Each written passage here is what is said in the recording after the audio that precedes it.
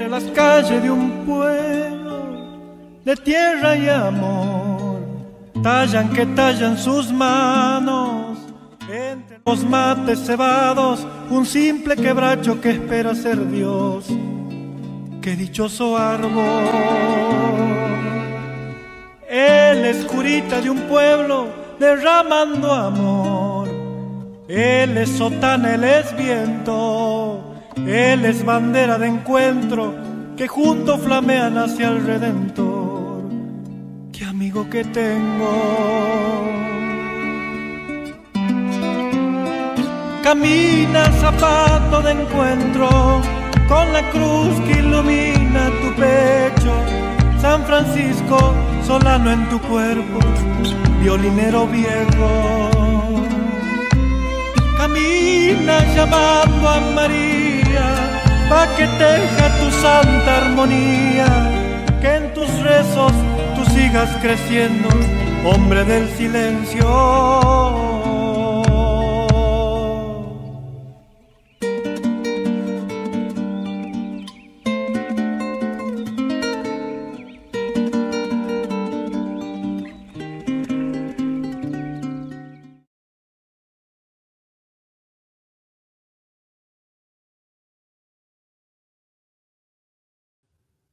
Queridos hermanos, una nueva edición de nuestro programa Zapato de Encuentro. Esta vez entrevistaremos al padre Raúl Arriague del Instituto del Verbo Encarnado. Ya hace mucho que nos conocemos, ahora lo tengo de superior. Y por eso lo he querido también invitar para que nos hable de un tema interesante que él ha explorado bastante, ¿no? Es el tema de la vocación, pero la vocación en general, es decir, toda vocación, todo llamado. Y bueno, este programa se transmite por Radio FM Creación 97.7 de La Plata, en vivo, después por Radio Morenita del Valle 104.5 MHz de Concepción del Tucumán, del Padre Apud, aunque en diferido en su radio, amigo nuestro el Padre Apud, que nos está escuchando. Radio Murialdo de Mendoza, mi amigo también de Radio Murialdo, AM 1290, FM 90.5. Y ahora lo transmitimos por Facebook y a la noche por YouTube 21 a 30 horas si Dios quiere. Bueno, el programa de hoy se va a llamar, que recorremos con nuestro zapato de encuentro, verdaderamente Dios llama, Dios nos llama, es decir, la vocación del hombre, como dije recién. Bueno, desde el punto de vista teológico, el padre Raúl Arriague nos va a exponer la vocación del hombre, de todo hombre, llamado por Dios a cumplir ese proyecto divino para el cual todos estamos llamados. Dios nos ha creado a todos los hombres con el fin de alabar a Dios, cumplir su voluntad y salvarnos. De ahí la providencia, ¿no? La palabra providencia del latín propus videre es ver desde lejos, desde ese ser infinitamente perfecto que es Dios. Él nos ha proyectado en su mente divina y nos ha dado a luz desde su mente divina a nosotros que somos simples criaturas. Y ya desde su providencia ve y proyecta amorosamente nuestro destino para llevarnos a la salvación, para ser felices, para que alcancemos ese proyecto. Es el único momento de encajar en el cielo, donde Cristo nos quiere tener, donde Dios nos quiere tener, para que estén conmigo, les dijo a Felipe, ¿no? Quiero que estén conmigo. Esa es la vocación de todo hombre, la santidad. Pero el hombre, por ser creado libre, puede decirle que no, qué misterio, ¿no? A ese designio de Dios. Pero Dios igual ha proyectado para el hombre, porque es libre, una vocación. Antes, algo quería hablar del padre Raúl Arriague, que ahora sí lo presentamos. Es del Instituto del Verbo Encarnado, ahora sí lo tenemos en pantalla. Hola, padre Raúl, ¿cómo está? Muy bien. Bienvenido. Está un poquito enfermo el padre Ron, sin embargo. Qué bueno. Bueno, vos estás desde los primeros momentos de la fundación de nuestro instituto, ¿no? Y has hecho muchas cosas, recorrido muchos lugares y has trabajado mucho. Digamos que has trabajado en la Ciudad de la Caridad, en la Ciudad de la Caridad en San Rafael, has estado ahora hace poco de provincial, ¿no? En Perú. ¿Podés contarnos un poquito más dónde has estado, por favor? Bueno, buenos días. Yo soy paranaense y en el año 1988 ingresé al instituto, fui a verlo al padre Abuela para hacer una consulta y ya me quedé y no salí más de allí. Justo estaba terminando mi profesorado de historia, así que soy profesor y por ese motivo también he trabajado mucho en colegios en el tema de la educación. Y recién ordenado sacerdote me enviaron a trabajar a un hogar de niños discapacitados, San Martín de Tours, en San Rafael, Mendoza, y al mismo tiempo trabajar en el colegio.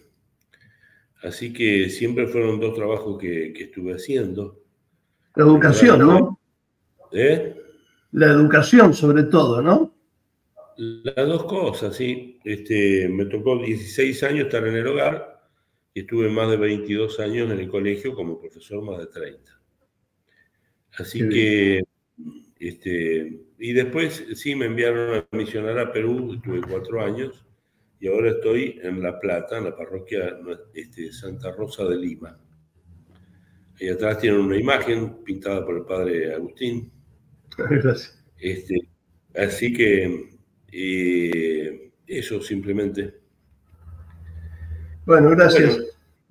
Bueno, querido padre, ahora quisiera que nos orientes un poco más sobre esto de la vocación, porque en realidad la vocación principal es la que necesitamos saber. ¿Cómo es ese misterio que Dios llama?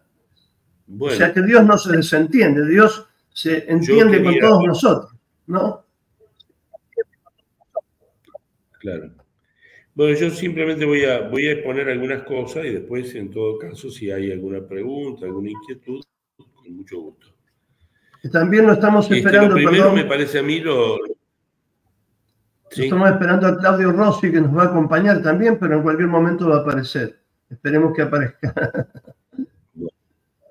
Bueno, gracias. Disculpa. Ahora sí, adelante.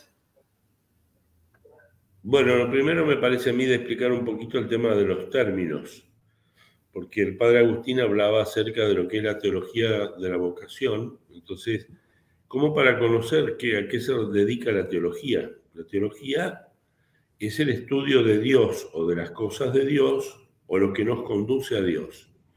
O sea, hace referencia a Dios mismo y al estudio, ¿no es cierto? Y la teología, porque ahí también dentro de lo que es la filosofía racional, uno puede estudiar teodicea, que es el estudio racional acerca de Dios. Pero la teología, sobre todo, y particularmente nuestra teología católica, pone su fundamento en la fe, o sea, en la veracidad de algunas cosas que son fundamentales para nosotros. Por ejemplo, para nosotros, nuestra fe está fundada sobre 3 pilares. En primer lugar, la Sagrada Escritura. En segundo lugar, la tradición. En tercer lugar, el magisterio de la Iglesia.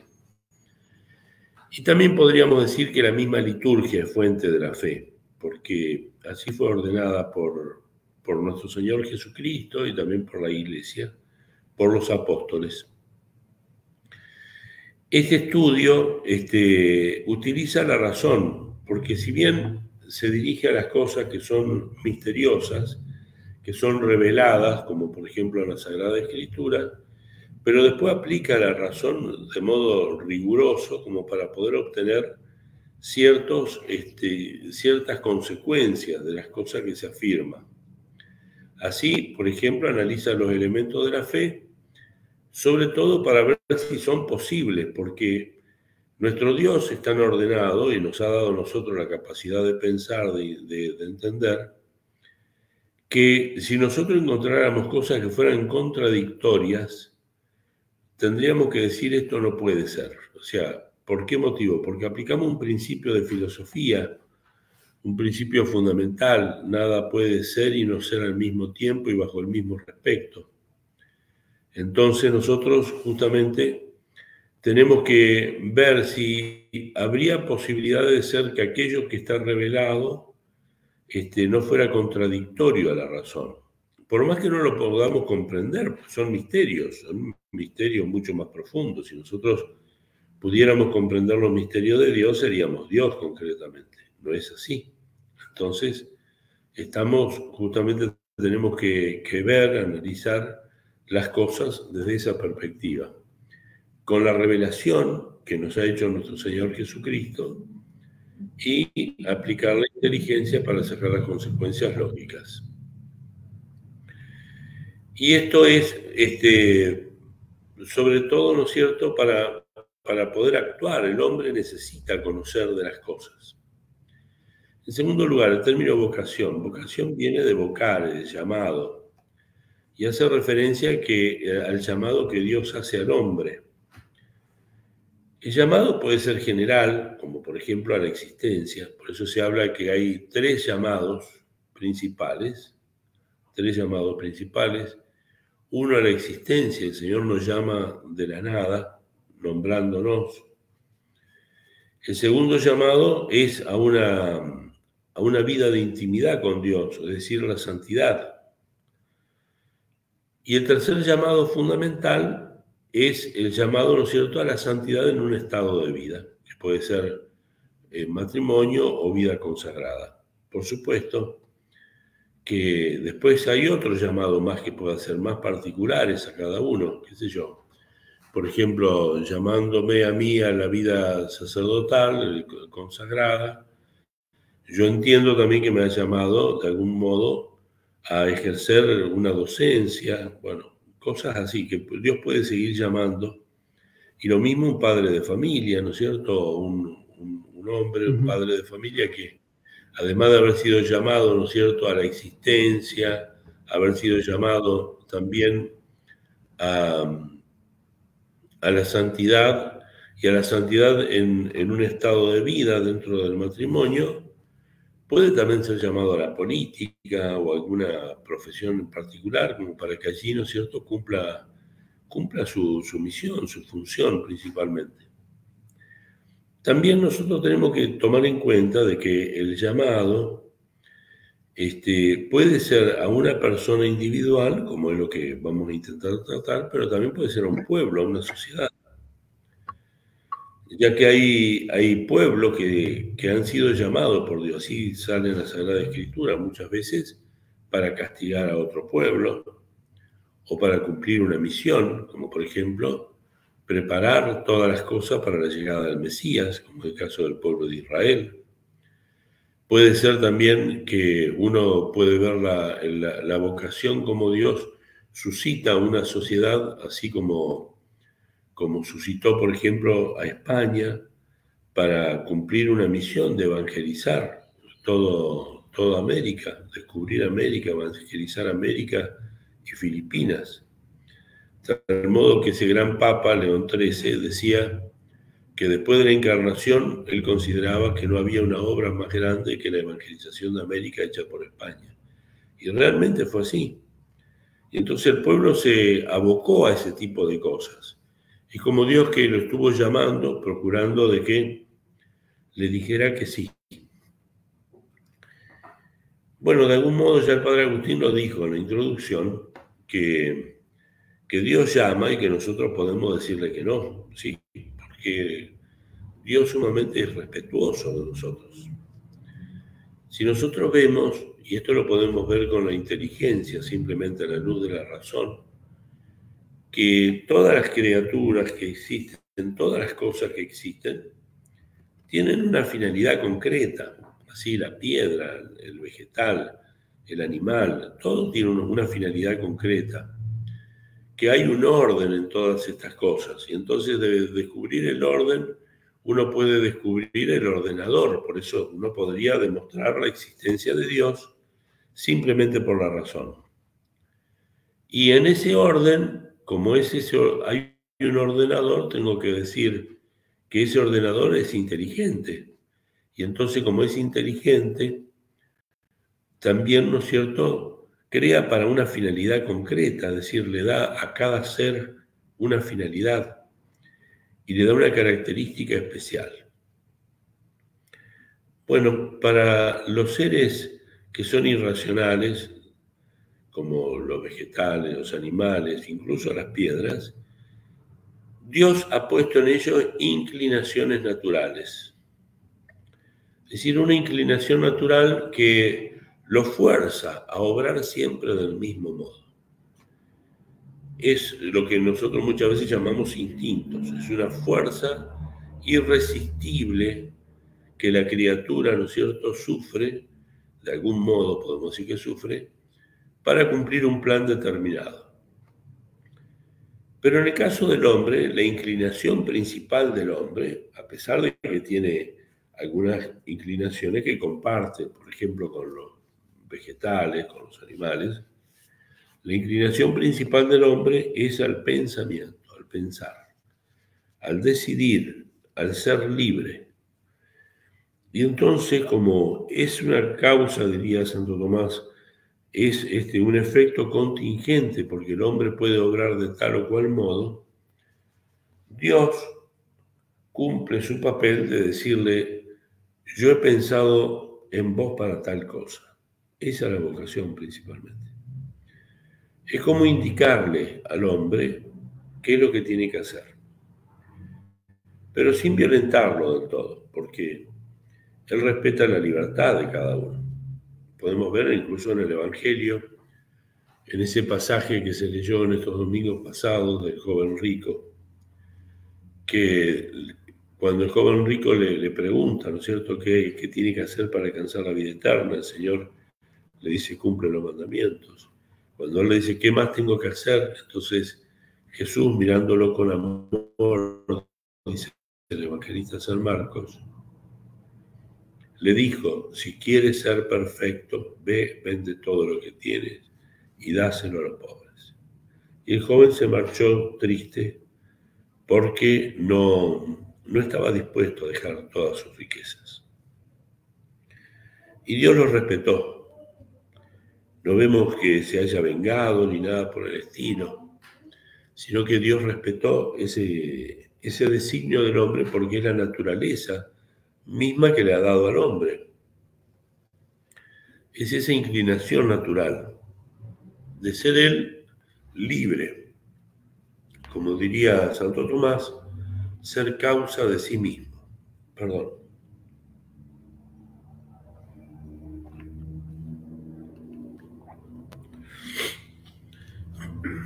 Y entonces esto es lo que nosotros debemos tomar en cuenta, de que Dios nos llama como para decirnos: bueno,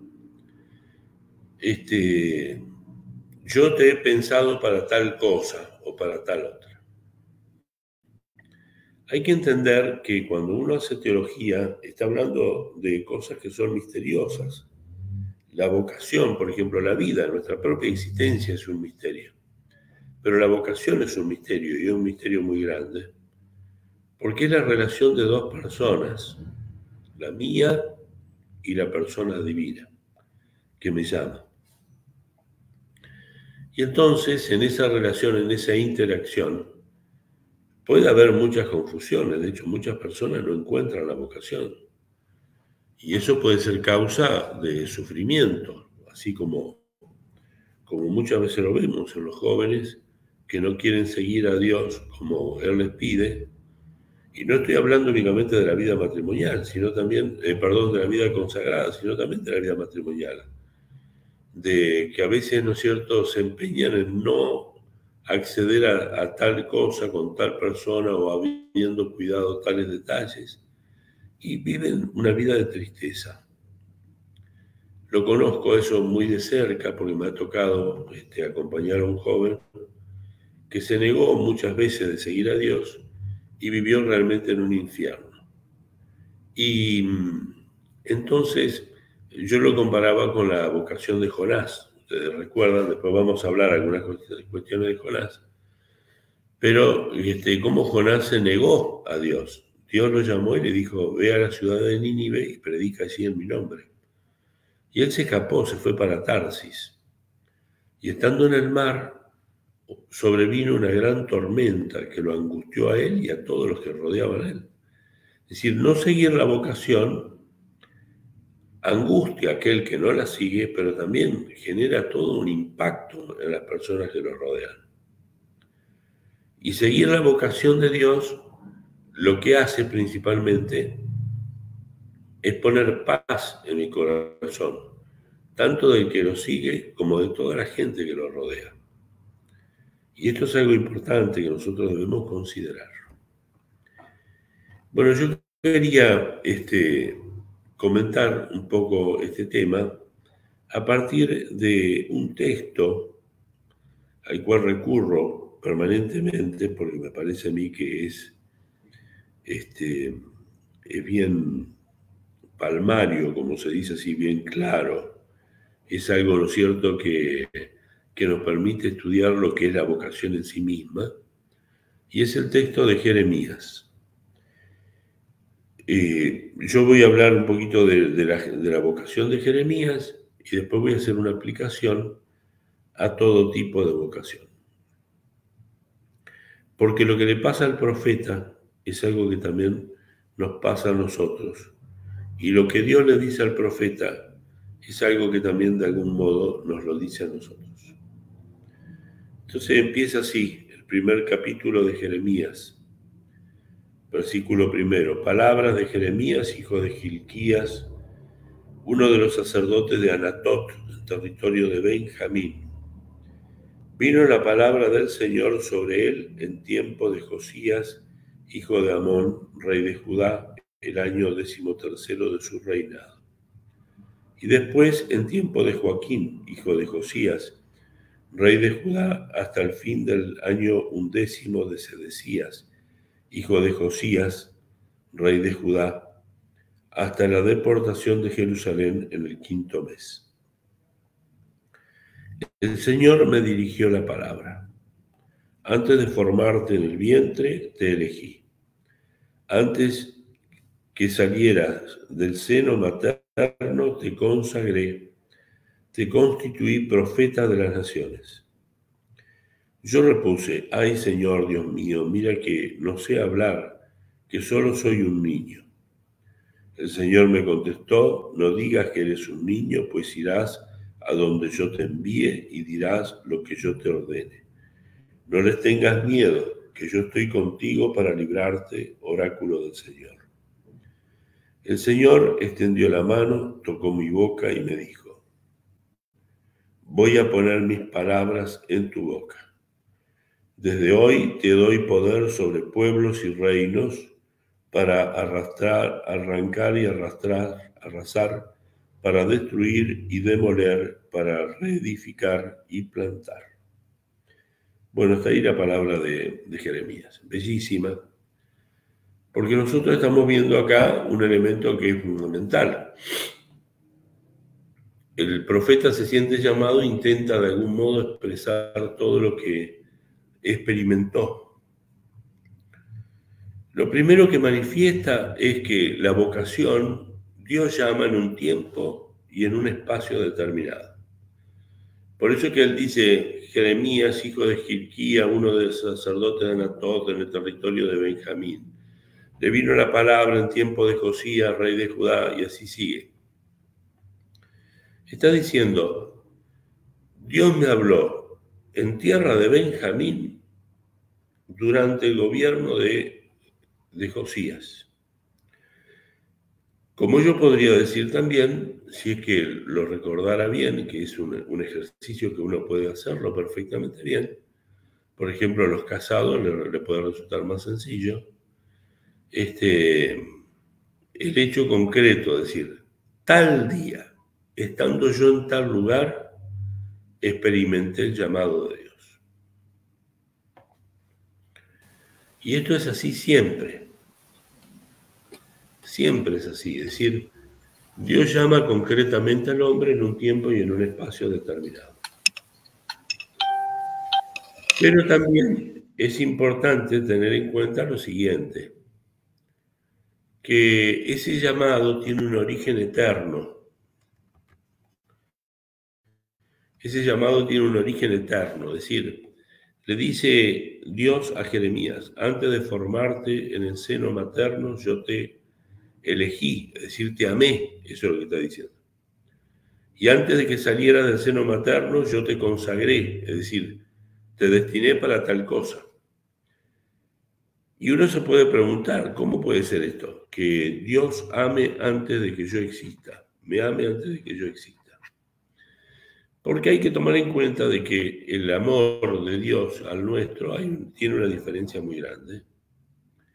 Por ejemplo, nosotros amamos, podemos decir así, consecuentemente. Yo veo primero a una persona de la cual me enamoro por sus virtudes y la amo. O sea, primero está la persona, primero están las virtudes y después viene el amor que uno le prodiga. En cambio, en el caso de Dios, tiene un amor que es antecedente. Él nos pensó desde toda la eternidad y porque nos pensó y nos amó, nos creó. Entonces, no hay dificultad en esta expresión de Jeremías, de decir, ¿no es cierto?, yo he sido llamado desde toda la eternidad, y desde toda la eternidad quiere decir desde antes que existan las estrellas, ¿no? Desde la eternidad de Dios, desde antes de la creación, puedo decir incluso, ¿no? Porque ahí ves que estamos aplicando a un dato revelado, estamos aplicando la razón. Si yo sostengo de que el llamado a Jeremías es eterno, tengo que decir que esa eternidad, ¿no es cierto?, está marcada principalmente, ¿no es cierto?, por la eternidad de Dios. Y Dios es anterior a toda la creación. Es decir, que de antes de crear las estrellas, Él ya me amaba y porque me amaba, me creó. Esa es la realidad. Pero no queda ahí nada más, sino que yo podría decir, siguiendo razonando sobre este mismo tema, y sin temor a equivocarme, de que como Dios pensó en mí en un tiempo determinado, en un lugar determinado, ordenó con su inteligencia y su poder todas las cosas para que yo fuera en tal lugar y en tal momento experimentar el llamado de Él. ¿Y esto qué quiere decir? Y quiere decir ni más ni menos que lo siguiente.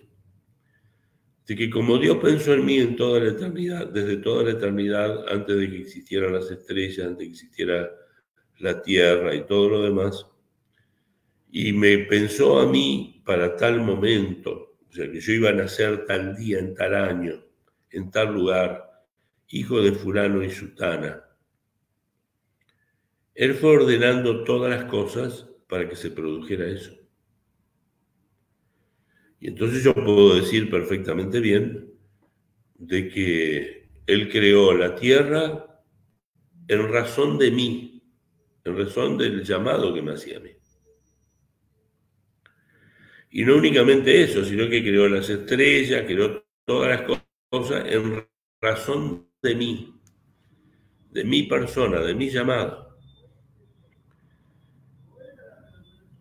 E hizo las cosas tan hermosamente que Él creó al primer hombre y a la primera mujer en razón de mí, para que un día yo fuera descendiente de ellos.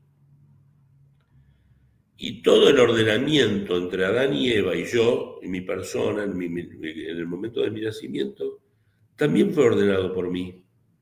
Es decir, que Él tenía pensado, cuando pensó en mí, pensó desde toda la eternidad de mi mamá, Aide, de mi papá Luis, que se conocieran en tal momento, que tuvieran 6 hijos y que después me engendraran a mí, soy el 7º de 9. Y ese ordenamiento que llevó, ¿no es cierto?, a que Aide y Luis se conocieran, también supone de que en el caso, ¿no es cierto?, de Francisca y Amado, los papás de mi mamá, mis abuelos maternos, también se conocieran y fuera también orientado por Dios, porque Él quería que yo viniera al mundo, porque Él había pensado en mí desde toda la eternidad. Y así yo puedo hacer un árbol genealógico. Y a veces a algunas personas, ¿no es cierto?, se lo he recomendado y le ha hecho mucho bien, de escribirlo, hacer el árbol genealógico. Y entonces decir, bueno, pero Luis y Aide se conocieron, Dios de algún modo fue ordenando las cosas para que yo pudiera nacer, Amado y Francisca, Luis y María, mis abuelos paternos, y así hasta Adán y Eva. Y eso muestra de que la vocación implica, ¿no es cierto?, tanto cuidado de parte de Dios. Pero puedo ir un poco más todavía.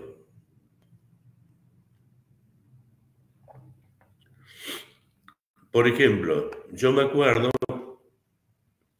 de que cuando era chico fui a catecismo, íbamos a una casa, una chica nos daba catecismo y empecé a conocer a Dios por esa chica. La fui a visitar el año pasado. O sea, más de 60 años, cerca de 60 años que me había dado catecismo. La fui a visitar como cura, a saludarla y agradecerle el catecismo. Entonces yo decía, pero ¿y esta también fue de algún modo suscitada por Dios? ¿O no? Porque si Dios tenía pensado en mí, o también podría decir otro, el padre Rauch, porque me acuerdo con el sacerdote con el cual me conocí verdaderamente a Jesús y me entusiasmé y también de algún modo, ¿no es cierto?, empecé a conocer mi propia vocación. Él fue suscitado, pero suscitado él y sus padres, que se conocieron en un momento, que lo engendraron en un momento, y los abuelos, y así hasta Adán y Eva. Y lo mismo podría decir yo del padre Vuela, al que conocí, porque quería saber concretar mi vocación. Y entonces yo tengo que decir que los papás del padre Vuela también fueron suscitados por Dios de algún modo para que él viniera, que estudiara en tal lugar, que en algún momento conociera al padre Membier, que a su vez fue suscitado para que lo formara el padre Vuela y nos transmitiera el padre Vuela a nosotros alguna formación del padre Membier. Y todo eso, una maraña enorme de ordenamiento de la vocación. Y yo parto de un solo hecho, este hecho concreto, lo que acabo de leer de Jeremías. Antes de formarte en el seno materno, yo te elegí, punto. Y ahí aplico la razón, y por eso no tengo dudas de que mi razonamiento es totalmente veraz, es totalmente verdadero. Y esto suscita en nosotros, o tendría que suscitar en nosotros, un gran amor, porque vemos todas las cosas que Dios ha hecho para que uno, cualquiera, yo, Juan Pérez, el que sea, en un determinado momento experimente lo que es la vocación. Me hace acordar siempre a ese poema de Thomson, este inglés, que se llama El Lebrel del Cielo, que va narrando en una poesía muy larga, va narrando, ¿no es cierto?, todas las cosas que como Dios actúa como un lebrel, es decir, como un perro, un sabueso que va buscando a la liebre y lo busca por un lado, por el otro, le pone trampas por acá, trampas por allá, porque está continuamente buscándolo. Y es eso lo que somos nosotros, por Dios. Somos buscados y la vocación es eso, concretamente. Entonces, ese hecho me parece a mí que es sumamente importante para tenerlo en cuenta. Y fíjense, como dijo el padre Agustín, teología de la vocación, yo expliqué lo que significa el término teología, parto de un dato revelado, pero después aplico la razón del modo más estricto posible para sacar las consecuencias. Y estoy haciendo eso. Vamos un poco más todavía con Jeremías. En ese versículo 5 de Jeremías dice esas dos expresiones. Antes de formarte del seno materno te elegí, te amé. Antes de que saliera del seno materno te consagré profeta de las naciones, te nombré. Es decir, que la vocación es para algo, ese es el tema, ¿no? A Jeremías para profeta de las naciones. ¿Y nosotros? Porque si estamos aplicando las cosas de Jeremías, tenemos que decir que a nosotros también nos consagró para algo. ¿Para qué nos consagró? Ese es el tema del diálogo y del discernimiento que yo tengo que ir haciendo. Y lo que sucede muchas veces es que nosotros tenemos que, también como decíamos al inicio, de que la vocación es algo personal para un hombre, pero también puede ser social, entonces para un pueblo. ¿Cuál es nuestra vocación como pueblo argentino? España cumplió una vocación. Israel cumplió una vocación, el pueblo de Israel. España, Grecia, Roma, España en la evangelización. ¿Y nosotros no tendremos también una vocación especial? O sea, el Señor nos ha hecho para algo, ese es el tema. Nos ha hecho para algo. Y esto es lo que nosotros tenemos que discernir, porque esto implica, ¿no es cierto?, una gran responsabilidad de parte nuestra. Que si yo sostengo lo que dije anteriormente, de que Dios fue ordenando todas las cosas para que un día yo descubriera su vocación, y esa vocación es para algo, yo no puedo así nomás renunciar al plan de Dios, ¿no? O sea, tengo que ver cómo puedo cumplir con lo que Dios me pide. Es una gran responsabilidad. La palabra responsabilidad viene de respuesta, de una respuesta seria a algo que se me plantea. Entonces yo tengo que ver eso concretamente.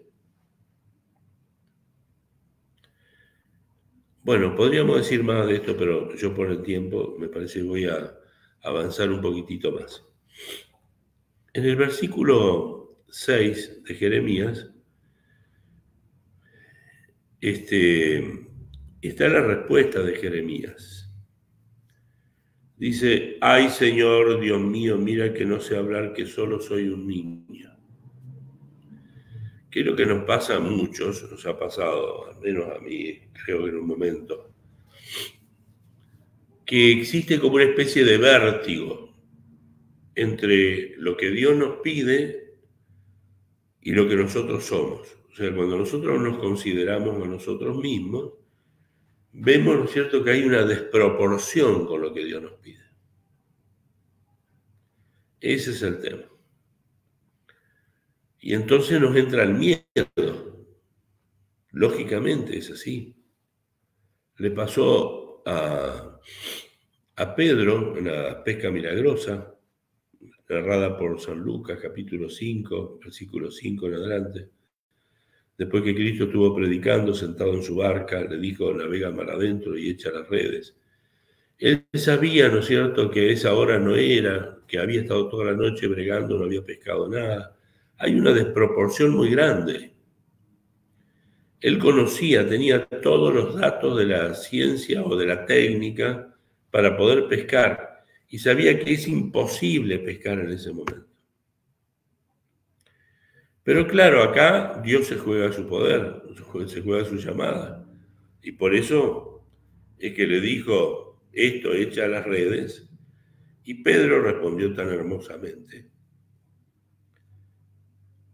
Señor, no hemos pescado nada, pero en tu palabra, ¿por qué tú lo dices? Echaré las redes. Es algo semejante a lo que le dice Dios a Jeremías. Jeremías le dice: ay, Señor, Dios mío, mira que no sé hablar, que solo soy un niño.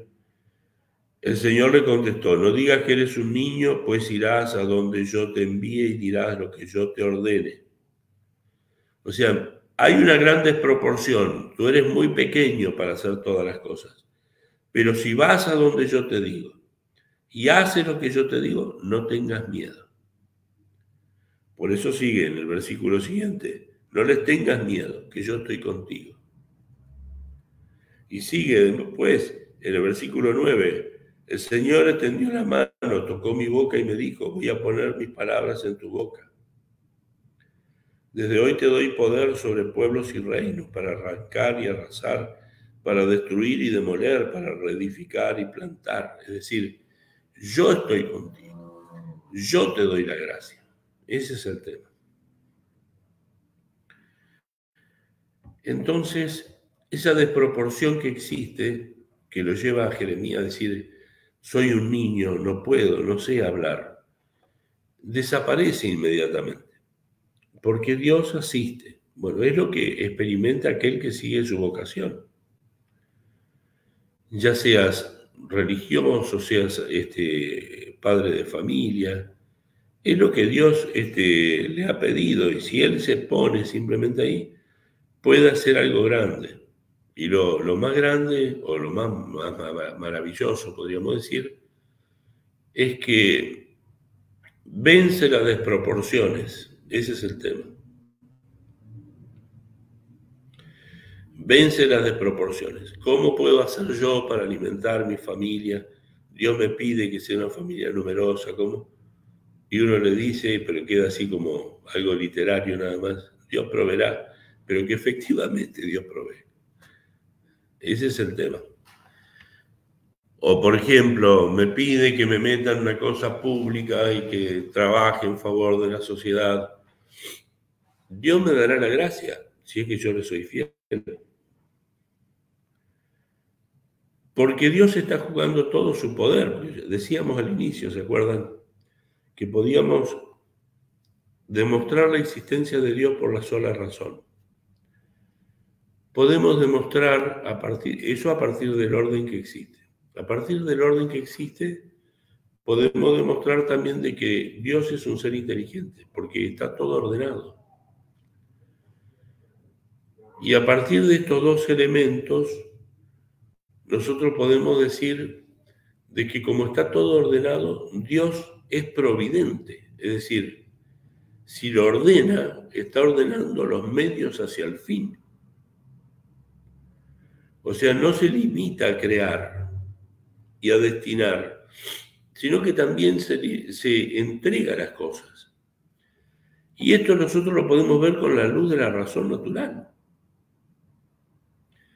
Si Dios me creó, si existe un ser todopoderoso que me creó, que me sacó de la nada para algo en concreto, y donde Él se está jugando su poder, se está jugando el poder. Lógicamente, ¿no es cierto? Yo tengo que decir, tengo que largarme a navegar mar adentro. ¿Por qué motivo? Porque el Señor seguramente, como lo hizo, va a producir una pesca milagrosa. Pero ¿qué es lo que falta acá? Acá faltan otras cosas.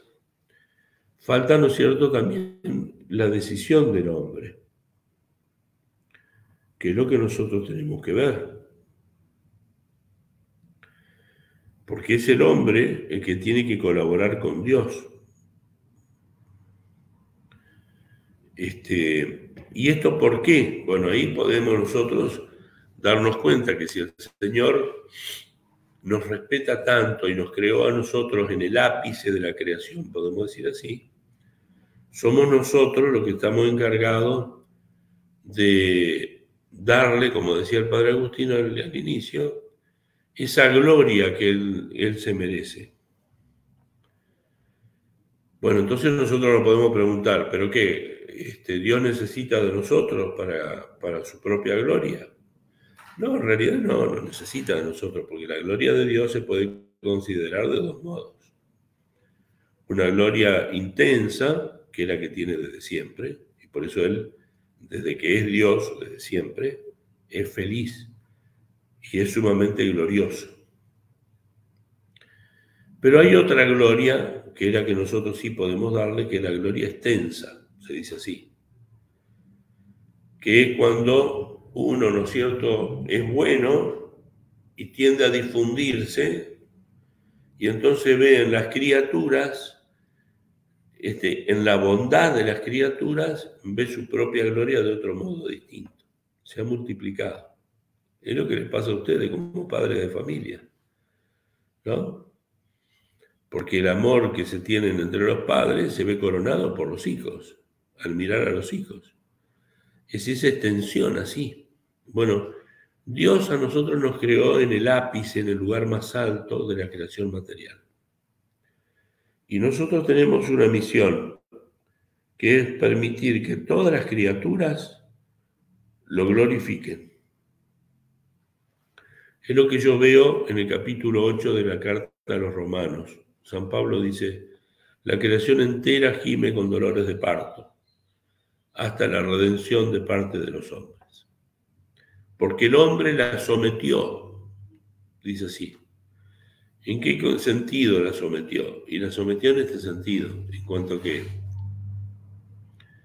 Dios, que tiene un fin, que es la felicidad, no puedo desarrollar este tema, es un tema muy hermoso, pero Dios que tiene un fin, que es la propia felicidad, pero que no se encuentra en esta tierra para él, porque la felicidad consiste en lo siguiente, la definición podría ser esta: es un estado de reposo del alma ante la posesión de un bien amado. Entonces ese bien amado tiene que tener ciertas características, que tiene que ser eterna, que tiene que ser lo máximo, que tiene que ser totalmente saciativo, que no debe tener mezcla de mal, y eso únicamente se encuentra en Dios. Dios, el hombre, buscó la felicidad en las criaturas, y entonces las violentó. Ese es el tema. Eso es lo que dice San Pablo. Violentó las criaturas. Le hizo violencia a las criaturas. Y por eso es que el hombre tiene que tener esa actitud, ¿no es cierto? Como diría el padre Petit de Murat, en un librito muy hermoso que se llama Una sabiduría de los tiempos, esa actitud sacerdotal que es lo propio del hombre en el plano natural. El hombre es sacerdote, dice, naturalmente, y aún, dice, hasta en la posición que toma en la tierra, porque él está parado sobre sus pies, de algún modo como uniendo la tierra y el cielo, dice hermosamente el padre Petit. Es decir, es el hombre el que tiene que glorificarlo a través de toda la creación, en un gran acto de acción de gracias. Es lo que hacemos nosotros cada vez que van a misa, o los laicos también tienen que hacerlo, porque son sacerdotes comunes de los fieles, pero con el sacerdocio común de los fieles, pero sacerdotes. Y entonces, allí en la misa uno entrega las cosas, y entonces como que todas las cosas glorifican a Dios. Esa es la función del hombre. Por eso es que cuando el hombre trastocó el plan de Dios, la violencia desatada sobre la creación es algo tan grande. Está sometida, totalmente sometida. ¿Y esto por qué? Porque Dios quiere la colaboración del hombre, no porque la necesite. En cuanto a la necesidad, nosotros podemos hacer una pequeña distinción también, ¿no? Es decir, hay necesidades que son de medio y hay necesidades que son de conveniencia. Por ejemplo, una necesidad de medio es el hecho del bautismo para entrar en el reino de los cielos. Es necesidad de medio. Sin el bautismo no entramos en el reino de los cielos, ya sea por deseo de bautismo de sangre de los mártires o el bautismo por la inclusión de agua. Es necesidad de medio el matrimonio, por ejemplo, porque no se puede, ¿no es cierto?, vivir como cristiano y tener relaciones sexuales con una mujer sin estar casado con ella por iglesia. Necesidad de medio. Pero después hay otras necesidades que son de conveniencias, porque se obtienen mayores bienes. Así, por ejemplo, la muerte de Cristo en cruz no fue por necesidad de medio, sino que fue por necesidad de conveniencia. Si a él le bastaba hacer cualquier acción para salvarnos, Pero sin embargo quiso hacer lo máximo. ¿Para qué? Para que no nos quede duda de que Él nos ama. Lo dice Él en el Evangelio de San Juan, capítulo 15. Nadie tiene amor más grande que el que da la vida por sus amigos. Y Pablo, en la carta a los Romanos, en el capítulo 5, dice lo siguiente: esta es la prueba de que Dios nos ama, en que difícilmente un hombre moriría por otro hombre. A lo sumo, por un gran benefactor, uno estaría dispuesto a arriesgar la vida. Pero la prueba de que Dios nos ama es de que Él murió por nosotros cuando éramos enemigos de Él. Claro, éramos enemigos por el pecado. Y entonces, el dato revelado, apliquemos la razón. Si Jesucristo dice que no hay amor más grande que dar la vida por los amigos, ¿qué conclusión tenemos que sacar con lo de Romanos? ¿Cómo será el amor de Cristo que dio la vida por sus enemigos? ¿Ven? Necesidad de conveniencia. Entonces, cuando Dios nos llama a nosotros, nos llama a colaborar con Él, pero no porque Él nos necesite, sino porque se difunde más la perfección de su obra.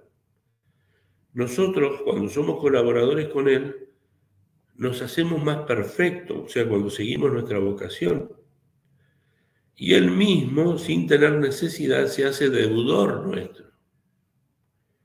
Fíjense ese pasaje del Evangelio de Mateo 25, que cuando el Señor llegue sobre las nubes del cielo, rodeado de los ángeles, pondrá a los buenos a la derecha, a los malos a la izquierda. Venid, benditos de mi Padre, porque tuve hambre y me diste de comer, tuve sed y me diste de beber.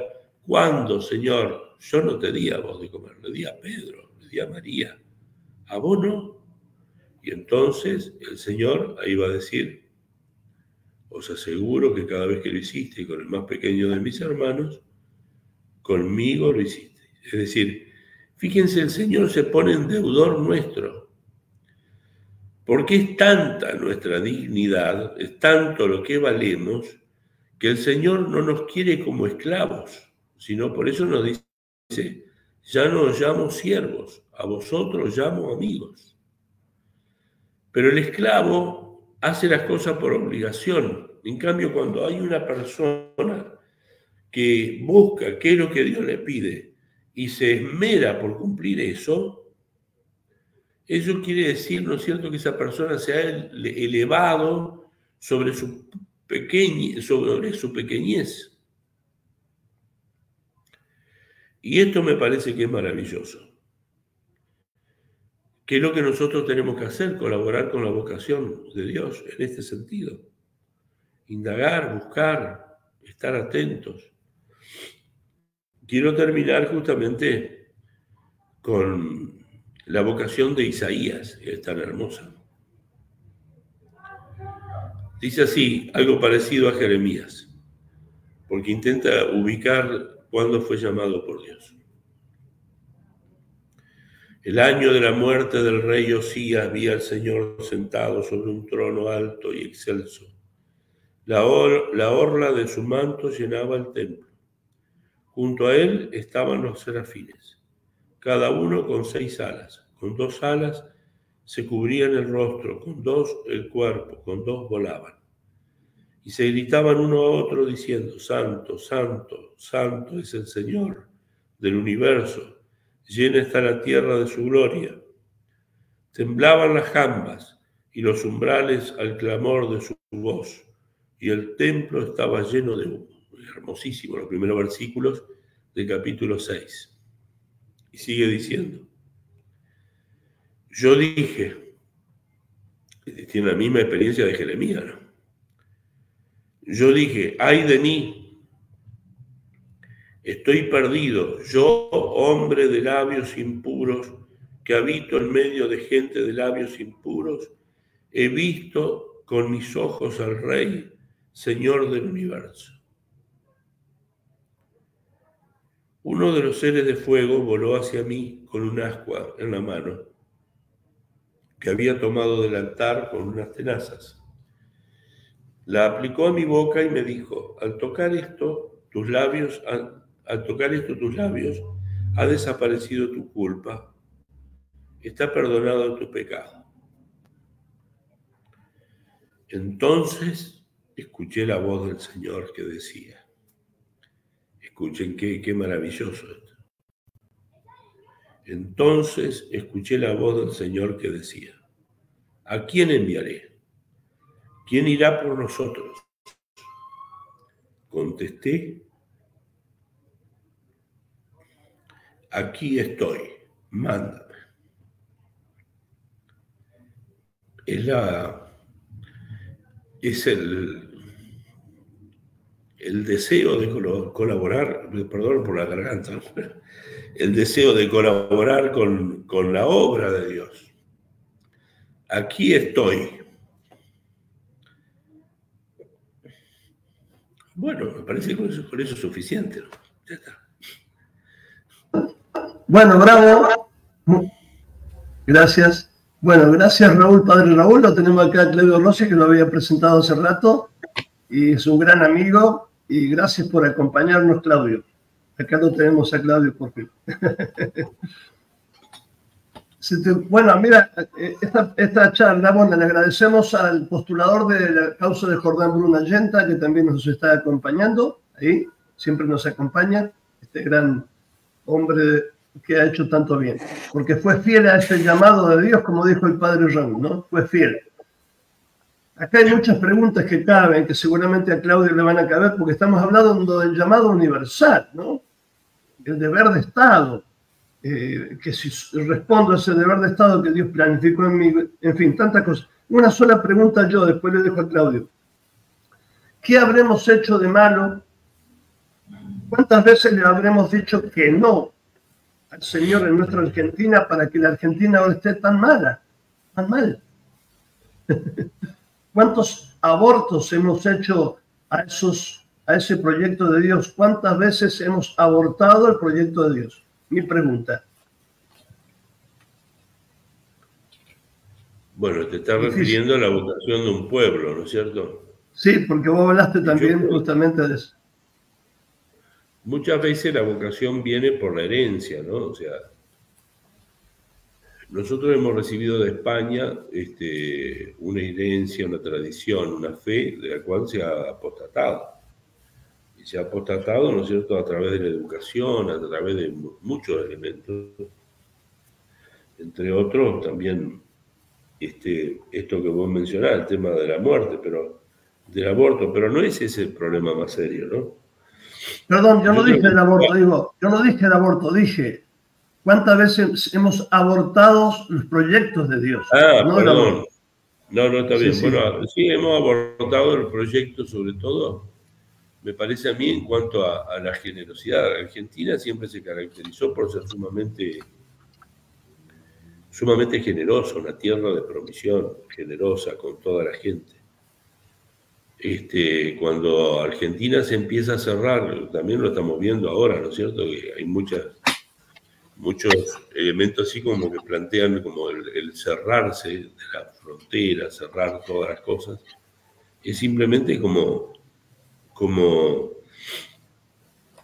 frustrar ese proyecto. Argentina estuvo en lugares privilegiados en cuanto a la educación a nivel mundial, en cuanto a la economía a nivel mundial.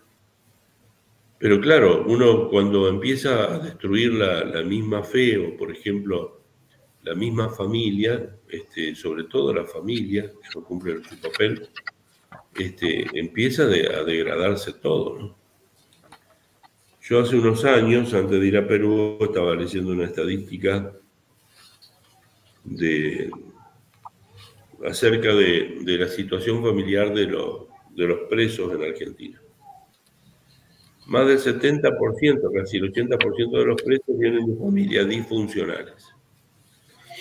Cuando uno se pone a ver, ¿no es cierto?, cuál es la misión de la familia, como dice el Catecismo de la Iglesia, es la máxima escuela de humanismo, es donde se aprenden las virtudes sociales, es donde se aprenden todo ese tipo de cosas. Vos decís, yo lo decía allá en Perú, me acuerdo, que cuando se pone preso a un ladrón o a un delincuente, había que meter a los padres con él, posiblemente. Bueno. Porque no cumplieron su misión, no cumplieron su vocación. Bueno. ¿Por qué motivo? Porque de la familia depende todo. Por eso, incluso muchas veces se dice, bueno, el gran problema que hay es el aborto ahora. No es el gran problema es la familia. Es la destrucción de la familia. O sea, el aborto es gravísimo, pero la destrucción de la familia es lo más grave de todo. El divorcio, todo. Bueno, el divorcio es la destrucción de la familia, fue impuesto en Argentina, ¿no? Y algunos ingenuos, incluso dentro de la misma iglesia, decían, bueno, los católicos no se van a divorciar, ni nada por eso. Pero lo que pasa es que no entienden que una ley se transforma inmediatamente en temas para dar en la escuela, incluso en el jardín de infantes. En la escuela, en el jardín de infantes, después de la ley de matrimonio igualitario, acá en Argentina, se está enseñando que hay distintos modos de familias. Toda ley es así. Entonces, si vos alargás una ley de divorcio, lógicamente, después se tendrá que enseñar eso. Como que está bien. Tiene una función pedagógica, ley, ¿no es cierto, padre? ¿Cómo? Que tiene una función pedagógica la ley. Claro, si es dentro de la educación, las 4 causas de la educación, la causa formal de la educación son las normas, las leyes. Claro. O de la sociedad, por ejemplo, también.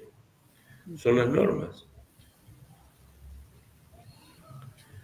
Bueno, ahora, no me Claudio, da mal la garganta. Vamos a esperar. Ahora Claudio tiene que actuar porque estamos hablando de la vocación en general y que yo sepa, Claudio alguna vez dijo que sí a muchas cosas, especialmente con la vocación de sus hijos. Bueno, entre otras cosas, ¿no? Por eso tiene muchos hijos y varios con vocación también sacerdotal, concretada, etcétera. Pero ¿cuál sería tu pregunta en este caso de la vocación en general, Claudio? Y gracias por venir. Claudio es historiador también, entre otras cosas, profesor, padre de familia de 7 hijos. No sé, que me quedé corto, no sé. Sí, van 11 por ahora. Perdón, 7. 11. No. Qué bendición, qué bendición. No, padre, yo por supuesto, muchísimas gracias por la charla, ¿no? Y muy edificante, pero yo le quería preguntar o qué consideraciones hace usted respecto de quienes impiden la vocación, ¿no? Es decir, por ejemplo, cuando se plantean los hijos el tema de la vocación y los padres le dicen que no o escatiman todo lo que sea posible para que, como si vieran una frustración, como que, bueno, mi hijo no va a ser cura o no va a ser una mujer consagrada.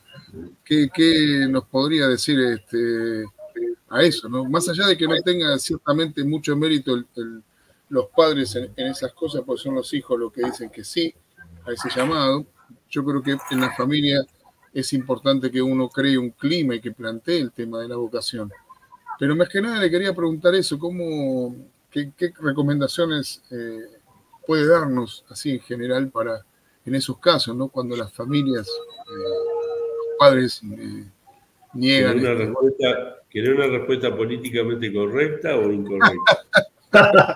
Mire, si me la va a dar a mí, ya es tarde, pero... No, en general. Yo lo que haría es esto, que si un padre impide la vocación, tomaría lo mismo que decía nuestro Señor Jesucristo, respecto a los que escandalizan a los pequeños. Que más le valdría atarse una piedra de molino en el cogote y tirarse en el mar. ¿Por qué? Porque se frustran todas las cosas cuando se frustra la vocación. O sea, Dios tiene otras salidas, ¿no es cierto? Dios busca otras cosas. Pero hay una frustración muy grande de cuántas cosas hubiesen dependido, cuántas personas se hubiesen salvado si es que tal persona, ¿no es cierto?, hubiese sido misionero, o cuánto, qué sé yo, por ejemplo, el estudiar tal cosa como profesor. Bueno, en tu caso mismo, que sos profesor, que siempre trabajás así, ¿a cuántas personas le ayudás? O sea, la vocación siempre produce efecto, por más que aún en contra nuestra. Es muy, muy simpática, a mí me causa mucha gracia la vocación de Jonás. Porque Jonás era un tipo mal llevado, totalmente mal llevado. Como sandía bajo el brazo. Como sandía bajo el brazo. Era muy mal llevado, o sea, Dios lo llamó y se escapó. Después lo tuvieron que tirar, estuvo en el vientre de cetáceo. Dios, eso generalmente en la lectura de la misa no se pone, y una oración hermosísima dentro del vientre del cetáceo, donde él se convierte. Y después lo tiran, ¿no es cierto?, a la costa, y Dios lo vuelve a llamar, ve a la ciudad de Nínive. Y entró en la ciudad de Nínive, una ciudad tan grande que se necesitaban 4 días para recorrerla. Y no fue entusiasmado Jonás, ¿no? Porque vos imaginate un tipo mal llevado, así como habrá dicho, dentro de 40 días la ciudad de Nínive va a ser destruida, lo único que dijo, según el texto. Nada más que eso, no quiso argumentar, no fue a buscar a la gente, entró por las calles gritando eso, nada más. Y después que terminó de gritar, y la gente se convirtió, se fue a un cerro que estaba ahí cerca de Nínive a ver la destrucción de la ciudad de Nínive. Y entonces no había entendido el plan de Dios, de que Dios quería salvarlo a Nínive.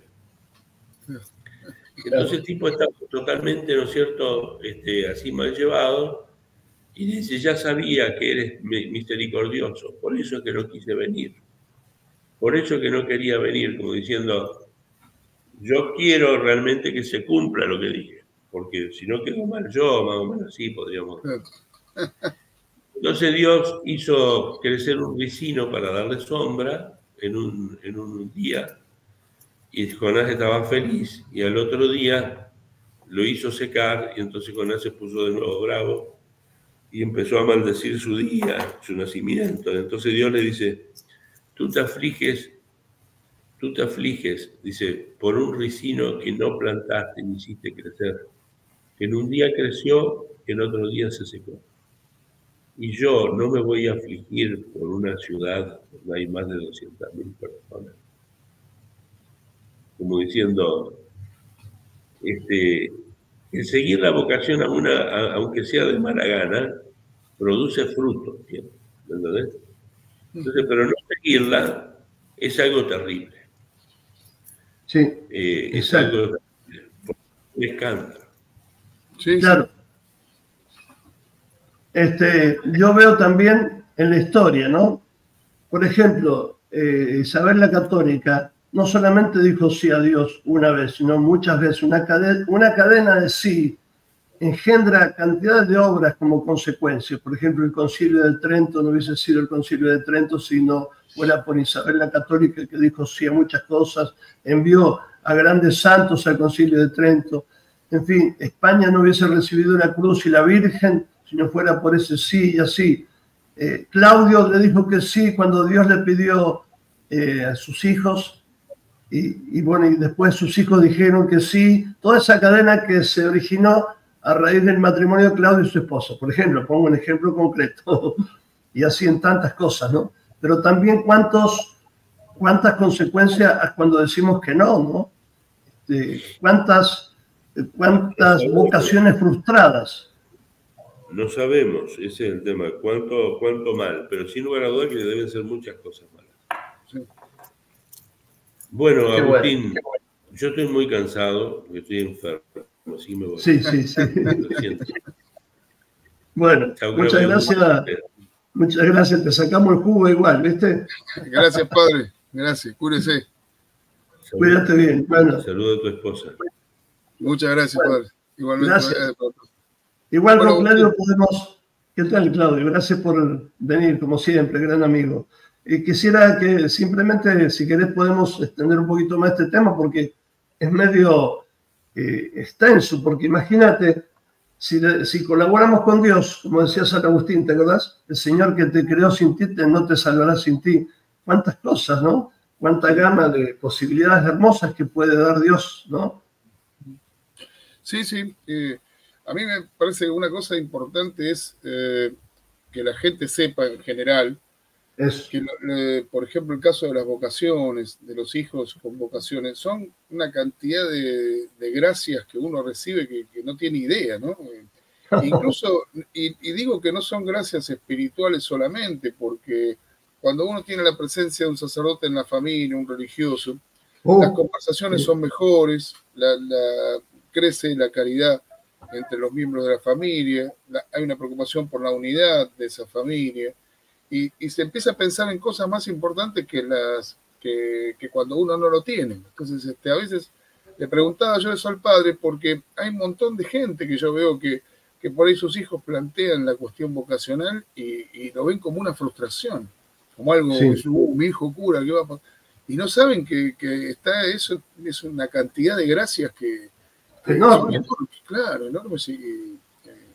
Así que bueno, está muy buena la respuesta del padre y bueno, espero que se aproveche mucho. ¿Y vos cuántos hijos consagrados tienes? Decímelo ahora, por favor. Yo tengo 11 hijos y 8 son consagrados. 4 sacerdotes, 3 hermanas profesas y un seminarista.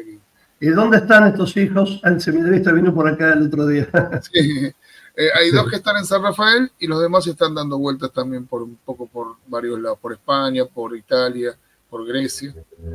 Mira vos, haciendo el bien. Y uno está en Tanzania. Francisco está Mira vos, qué va. Sí, sí, muy bien. Por eso ¿cuántos están lejos, ciertamente, pero es como si estuvieran más cerca también, ¿no? Claro. Y yo lo veo no solamente, no lo digo de falsa humildad, sino no es mi caso.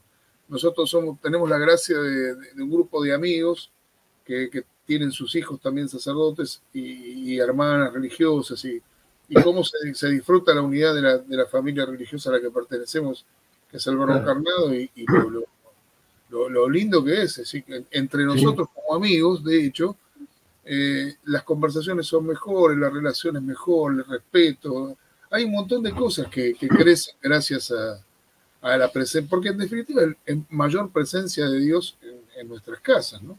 Exactamente, qué maravilla, es así.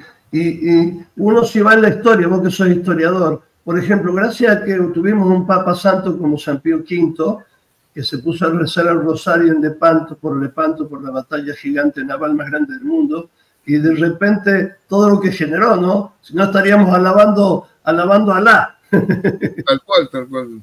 Yo me permito hacer una pequeñísima corrección, que es el Concilio de Trento, es Carlos V, ¿no? El que lo llamó.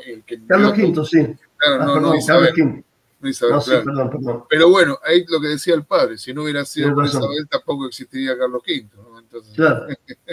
Bueno, claro, tenés razón. En realidad, claro. Yo me acordaba cuando usted estaba diciendo eso, cómo ella, la intuición que tuvo cuando Colón le presentó el viaje. Es decir, acuérdese que ellas venían de 8 siglos de reconquista de España, estaban agotadas, no tenían un peso, estaban tratando de salir recién unificaban España, y sin embargo se metieron al hombro esa empresa y que es lo que no se dice, ¿no? Es decir, la preocupación que ella tuvo por la evangelización, la que tuvo Carlos V después con las controversias de Valladolid, todas esas cosas que no se dicen, ¿no? Es decir, se mira lo malo y eso nosotros tenemos que ser recontra agradecidos de eso, porque somos católicos gracias a España. Claro. Así que eso estaba lo que dijo el padre fue genial, ¿no? Es decir, cómo se van concatenando esas cosas que se hacen así. Bueno, muy bien, padre. Bueno, gracias. Bueno, rezamos. La invitación y sí, claro. No, y hacemos una oración, lo que sea, ¿no? Sí, en nombre del Padre, el Hijo, el Espíritu Santo, amén, a la Virgen, nuestra fundadora de la Argentina, la Virgen de Luján. Dios te salve María, llena eres de gracia, el Señor es contigo. Bendita tú eres entre todas las mujeres y bendito es el fruto de tu vientre, Jesús. Santa María, Madre de Dios, ruega por nosotros pecadores, ahora y en la hora de nuestra muerte. Y de la bendición de Dios Todopoderoso, del Padre, y del Hijo, y del Espíritu Santo, descienda sobre vosotros, sobre vos, Claudio, y tu familia hermosa que tenés, y permanezca para siempre. Amén. Muchas gracias. Padre, le paso un aviso nomás, sí, justamente para aprovechar esta situación. Estamos nosotros, sí, los papás de las vocaciones del IBE, rezamos todos los miércoles los 7 dolores y gozos de San José por el aumento, perseverancia y santidad de las vocaciones sacerdotales y religiosas, en especial las del IBE, ¿no? De la iglesia y del IBE. Y las mamás rezan las 40 horas todos los meses por esa intención también. Entonces, si alguien necesita o quiere contactarnos, le avise a usted y nos avisa.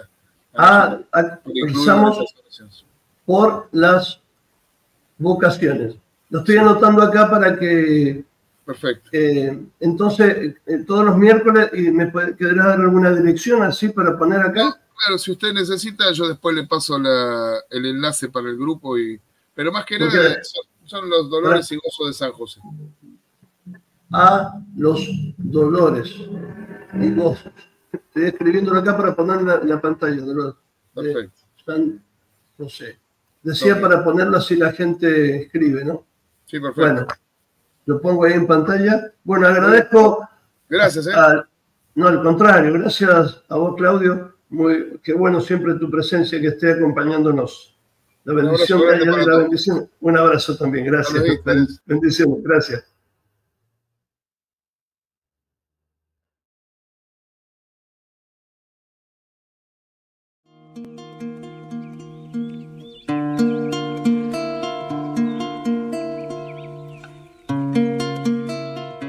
Entre las calles de un pueblo de tierra y amor, tallan que tallan sus manos.